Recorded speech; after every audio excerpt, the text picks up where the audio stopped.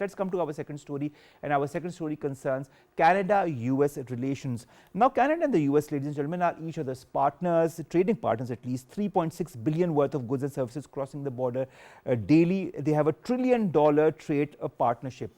But there have been certain skirmishes of late as far as Donald Trump and his statements and Canada is concerned. Now, to discuss more on that, we've been joined by two guests. Let me introduce them to you one by one. Mark Meirowitz, who's a political analyst, joins us from the US. Mark, hey, good to see you after a very long time, and a happy new year, a bit belated, but nevertheless. Shazia Malik, political analyst, joins us from Canada. Shazia, thank you very much to you as well, and belated happy new year to you and your loved ones as well. We'll begin with you, Mark. Mark, what is this Trump rhetoric about Canada being made the 51st state? And what does it signify in your point of view about his approach to international relations, especially vis-a-vis Canada? Look, Canada is the greatest friend of the United States. We love Canada. My first trip on an airplane was Air Canada. We had close family, friends in Montreal. So no question, Canadians and Americans love each other, but it's kind of a little bit of a friendship that has some competition and little things between us. And I think, and we can talk about this some more, but I think Canadians have always felt, and I'm saying this sincerely, a certain element of insecurity against that big, gigantic United States. And years ago, there was a whole brouhaha about American magazines. Canadians put regulations on to prevent American investment. I even worked on one of these FIRA applications for an American company. You know, there were all sorts of issues between us, but at the same time, as President Trump pointed out, Canada's our greatest trade partner. We take millions and billions of dollars, cars, milk, you name it. So that's the context we're talking about. Then we have Trump. Now, Trump is a change maker. He's a reality buster. He won a presidency that nobody ever thought twice that he could win even once. Okay? So let's understand what he's really talking about. He talks about Greenland. He talks about Panama. He talks about Canada as the 51st state. Now, what he's trying to get, and the tariffs against Canada, and I would say there is zero chance, and I mean zero chance, the United States is ever going to put punitive tariffs on Canada. But as soon as he talked about it, the government of Trudeau fell down, which was much deserved for the Canadian people to finally get rid of this incompetent leader. I'll give you a statistic, Omar. From 2014 to 2022, the Fraser Institute in Vancouver says Canada had the third lowest average annual GDP growth rate per capita in the 30-nation Organization for Economic Cooperation and Development. That's in the Wall Street Journal yesterday. That tells you something about the leadership of this Liberal Party in Canada. It has been a miserable failure. And, again, Canada's going to become the 51st state. I mean, is that realistic? Zero on that one. But at the same time, Trump is challenging our allies and also countering and fighting our adversaries. That's a two-pronged. All right. I'll go to Shazia on that. Shazia, being a Canadian, I'd like to understand, how do you take such statements from Donald Trump concerning Canada annexing it? As it might be serious, it might be not, but he has repeated the statement many a times. How do Canadians take it? Well, we take it more as a joke. It's absolutely not possible, and there are a lot of things interlinked between Canada and US. So what Mr. Trump is saying, it's absolutely not possible. Yes, I mean, of course, they think Mr. Trump thinks that he is not going to be anymore the ATM of Canada, but then there are a lot of interest linked, for example, in the auto sector, for example, and all these tariffs that he talks about. They are all going to kill all these initiatives between the two countries. I mean, the two countries have an export, the trade volume of 8.2 billion, on daily basis 2.5 billion trade goods and services exchange take place at the border. So it can just be a rhetoric, like when you started talking about this topic. I don't think so this is going to have any effect. Canada is a very sovereign country. How can you in a democracy talk about taking over a country when you are saying that you are the biggest democrat of the world, right? And also the thing is that as soon as the Trudeau government, they had their problems, but as soon as they heard about Mr. Trump coming in, they went to Mar-a-Lago to exchange some pleasantries, and there he was called Governor Trudeau, which was very, very rude, I thought. But now what the Trudeau government has done, they have set up a committee with the intergovernmental minister that we have, Mr. Dominic LeBlanc, and our foreign affairs minister, Miss Melanie Joly, and they are working on this also because they said that there is a problem at the border, and that is why I'm putting these tariffs. So already the Trudeau government, I mean, at the moment it's not really working. The parliament is prorogued, but still they put then when they met Mr. Trump, $1.3 billion worth of border security and all those things. Now, what has happened for all this rhetoric? Mexico even has started, blaming Canada, and the president there, Claudia, says that, oh yes, Canada has a very big fentanyl problem, but ma'am, what about your own narco business that has been going on for years and years? So I mean, that is the problem. But this fight will have a problem with the supply chain that Canada and US is going to have. But we have heard this thing before also. In the first Trump presidency, when he came and he said, oh, he's going to, put tariffs on timber and steel and these not really timbers, but steel definitely. And then he said that, I'm going to put tariffs on your auto sector. People said that this is some kind of madness because he perhaps does not understand how the two countries are linked with the, as far as the auto sector is concerned. So this cannot go like this. And then we saw nothing happen. At that time, we had our trade minister as, this Miss Freeland, who was then just resigned recently in December, and she was the finance minister and deputy prime minister. So she negotiated a very, very good deal. So when it comes to actuals, things change. I think at the moment, Mr. Trump is just using all these excuses, all these as threats, and to when they sit on the negotiating table, he thinks that he is going to press Canada for a better deal because he's a deal maker, as you know. But Mark has said, that is what Mark has said. And Mark, I'm going to come to you. What about this tariffs that Donald Trump is also talking about vis-a-vis Canada and also Mexico that Shazia has also alluded to? Do you think that will actually happen, the 25% that he talks about? Well, first of all, I agree with everything Ms. Malik said. I think she is our colleague, our friend. A Canadian is immediately our friend. Just as I feel when I go to Canada, I feel I'm among friends. We have the longest peaceful border in the world. We are been friends and allies since forever. So that's not the issue. The issue is that I think, again, Canadians and many others, even Americans, misunderstand Trump. And the Democrats still misunderstand him, and maybe the Canadians misunderstand what is this guy getting at and what is the elixir of his politics.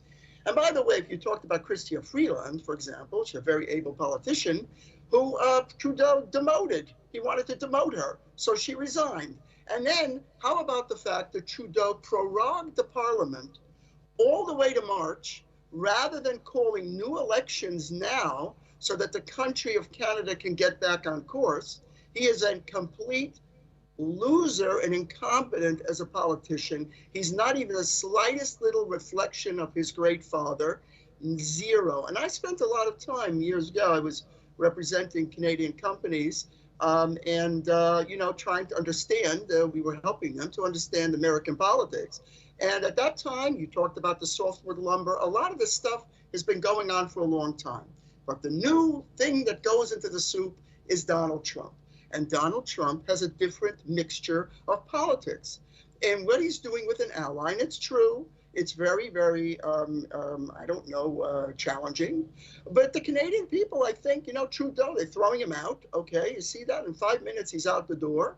He went to Mar-a-Lago like a complete penitent to go to Trump and beg him for help, which is, so sad that it's just laughable. And Pierre-Paul Poilievre, I hope I'm pronouncing it correctly in my French studies. Yeah, Poilievre. Poilievre, it seems like a very good guy. And as a matter of fact, he uses 2 words that obviously Trudeau is lacking, which is common sense. Trudeau has no common sense. But he is but Mark Poilievre also says that Canada will never be the 51st state, period, quote unquote. We are a great and independent country, quote unquote. I didn't hear you. You got so enthusiastic you didn't listen to his question. I couldn't even hear what he said. It's Skype. I said, what was your question? I was adding to what Poilievre said because you were talking about Poilievre being a man with common sense. He has also stated, quote unquote, that Canada will never be the 51st state and that we are a great and independent country. I just wanted to quote Poilievre as well when you were, talking about him having being a person, a politician with great abilities. So I just wanted to that his point of view as far as this is also the same. No, I totally agree with what he says. I mean, it's completely, as Ms. Malik, Shazia says, it's totally unrealistic. It makes absolutely no sense. And Trump can put maps on Twitter or Truth Social with a map of North America, with Canada part of the United States. Look, I mean, we have a long history. I teach American history also. We have a long history with Canada, with the British in Canada. We fought a Revolutionary War. We have a lot of things in common. Our history is very, very combined. But we're friends, and we're not going to make Canada 51st state. Nevertheless, Trump is trying to be what I think a businessman. He's saying we spend billions, $200 billion for security for Canada. We have all these things we're doing for our economy. I've got to do something on the economy here in the United States. So he shakes it up and he says 25% tariffs. Suddenly, all the politicians, including Doug Ford in Ontario, and all of the politicians in Canada, suddenly awake from slumber and start to be reactive against Trump. That is not the way to deal with Trump, with all due respect. Try to understand what he's saying. Mark, what is the way to deal with Trump as far as, say, I was from Canada and I had to deal with Trump. I am the new premier. How should I deal with Trump in order to foster a stronger, broader relationship and come out of this, this current tension-like situation between the two countries? Well, I mean, I like to hear my colleague, but Mexico. Oh my God! The minute he said he was going to put tariffs on Mexico, Claudia Sheinbaum immediately said, "Oh my God! We're going to do this. We're going to stop the migration. We're going to do this, do that." No, I mean, this has effect. It has impact, and actually, amazingly, Omar and Shazia, it actually gets results. It doesn't get the exact result he's asking for. Shazia, what's your take on that? Yes, like I just said, that the Trudeau government has put in place a $1.3 billion, security cover plan, and I mean, of course, in a few days, there was a plan of Mr. Dominic LeBlanc and Ms. Melanie Joly to go and talk to the team, the Trump team over there in US. So definitely everybody is going to sit down and talk this out. Like I just said, that even last time a lot of tariffs were talked about and Mr. Trump tried to threaten us, but then nothing happened really, because there's a lot of linkage, especially in the supply chain management between the two countries. So the effects are going to be not only disastrous for Canada, if in fact these tariffs are put in, they are going to be disastrous for some of the US districts as well. And that is why they have to be very, very cautious. Now, the new Secretary of Defense, Mr. Fitzgerald, who is coming up, he might be, facing some, might be asking some hard questions from Canada, but Canada is going to be absolutely ready for that. The team has already started working on it. I think Canada now knows knows how to deal with Mr. Trump. For the first time when he came, there was a lot of unpredictability connected with it. Now he has become a very predictable person for Canada. Also, there are USMCA, this deal between US, Canada, and Mexico is in place, with which Mr. Trump was not really completely happy. So I think, like I said earlier, that he is trying to renegotiate better these things, and that is why he's telling them that I'm going to, put tariffs, so that both borders, like the Mexico border and the Canada border, they just pull up their sleeves and start working on it. I mean, of course, Mark has just talked about our Ontario Premier Doug Ford as well. He also has put in a plan, and he said that we are going to be very strict on the, border. The border problem is, Trudeau government gets a lot of bad name for this, but you will be surprised to know the ads that we have started seeing here in Canada. There are actually ads saying that if you want to enter illegally in US, we are the best people who can do this. And our Indian friends from Indian Punjab, they have created havoc over here. You know that even in 2023 there was a huge scandal on which even the Indian government has put in an investigation. The Patel family, the husband and wife and 2 kids, they were frozen to death on the border while crossing the Canada-US border. So these are some of the people. Not only Indians are involved in this illegal crossings, there are others also who constantly cross, and that creates problems. But now, just yesterday, I was looking and listening to CBSA, which is our border security, that they are setting up centers. So they are going to process everything on, the border to see who is entering. And they are saying that we are going to be very strict. And the Canadian government has already ordered for drones on the border to stop all those things. So as far as Canada is concerned, we are prepared. We know how to negotiate with Mr. Trump. However, the new Commerce Minister, how difficult he's going to be, that remains to be seen. All right, Mark, last question to you. Trump also, we've seen the effect that it has had on Canada, and you might be right in saying that it has maybe jolted up the Canadian government in taking certain measures vis-a-vis border security and other important issues that maybe Trump has managed. But Trump also says that the US subsidizes Canada to the tune of $200 billion in trade and spends billions more in continental defense programs like NORAD than Canada, who he said doesn't essentially have a military. He said, quote unquote, we don't need their cars, we don't need their lumber, we don't need anything they have, we don't need their dairy products. Why are we losing $200 billion a year and more to protect Canada? What's your take? I'd like a short answer. I mean, it's a friendly discussion among friends, and I think the tenor of our discussion today proves with Shazia and Ms. Malik that Canada and America can get together. It's very simple.